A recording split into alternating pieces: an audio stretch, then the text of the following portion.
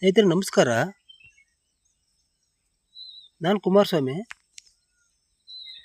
ಇವತ್ತಿನ ಟಾಪಿಕ್ ಏನಪ್ಪ ಅಂದರೆ ಶುಂಠಿ ಬಗ್ಗೆ ತಿಳಿಸ್ಕೊಡ್ತೀನಿ.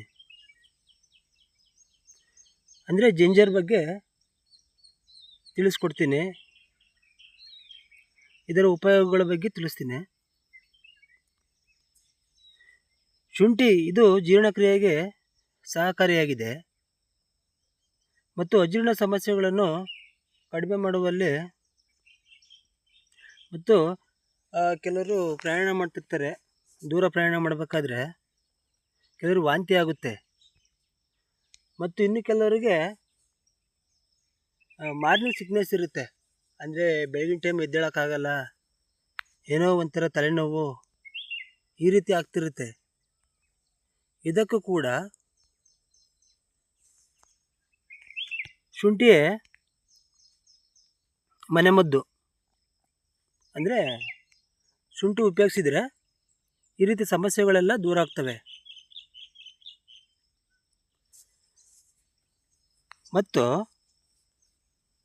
ಕೆಲವರಿಗೆ ನೆಗಡಿ, ಕೆಮ್ಮು, ಗಂಟಲು ನೋವು ಕಡಿಮೆ ಮಾಡುವಲ್ಲಿ ಶುಂಠಿಯು ಪರಿಣಾಮಕಾರಿಯಾಗಿದೆ. ಮತ್ತು ಶುಂಠಿ ಹೇಗಪ್ಪ ನಾವು ಯೂಸ್ ಮಾಡ್ಬೇಕಂತಂದರೆ, ನಾವು ಮಾಮೂಲಿ ಬರೀ ಕೇವಲ ಶುಂಠಿ ಮಾತ್ರ ಯೂಸ್ ಮಾಡಬಾರ್ದು. ಶುಂಠಿಯ ಜೊತೆಗೆ ಜೇನುತುಪ್ಪವನ್ನು ಕೂಡ ನಾವು ಯೂಸ್ ಮಾಡಬೇಕಾಗುತ್ತೆ. ಜೇನುತುಪ್ಪ, ಶುಂಠಿಗೆ ಜೇನುತುಪ್ಪ ಸೇರಿಸಿದರೆ ಅದು ಏನೋ ಒಂಥರ ಔಷಧಿ ಗುಣವಾಗಿ ಬದಲಾವಣೆ ಆಗುತ್ತೆ. ಅಂದರೆ ಇದು ಶುಂಠಿಯಲ್ಲಿ, ವಿಶೇಷವಾಗಿ ಶುಂಠಿಯಲ್ಲಿ ಆ್ಯಂಟಿ ಆಕ್ಸಿಡೆಂಟ್ ಅನ್ನೋ ಒಂದು ವಿಶೇಷವಾದ ಒಂದು ಇದಿರುತ್ತೆ. ಆ್ಯಂಟಿ ಆಕ್ಸಿಡೆಂಟ್ ಅಂದರೆ ರೋಗ ನಿರೋಧಕ ಶಕ್ತಿ ಅಂತ. ರೋಗ ನಿರೋಧಕ ಶಕ್ತಿ ಈ ಶುಂಠಿಯಲ್ಲಿರುತ್ತೆ.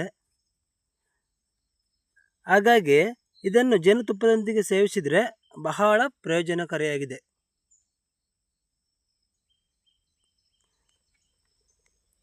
ಓಕೆ ಸ್ನೇಹಿತರೆ, ವಿಡಿಯೋ ನೋಡಿದ್ದಕ್ಕೆ ಧನ್ಯವಾದಗಳು. ಮುಂದಿನ ವಿಡಿಯೋದಲ್ಲಿ ಸಿಗೋಣ. Thank you.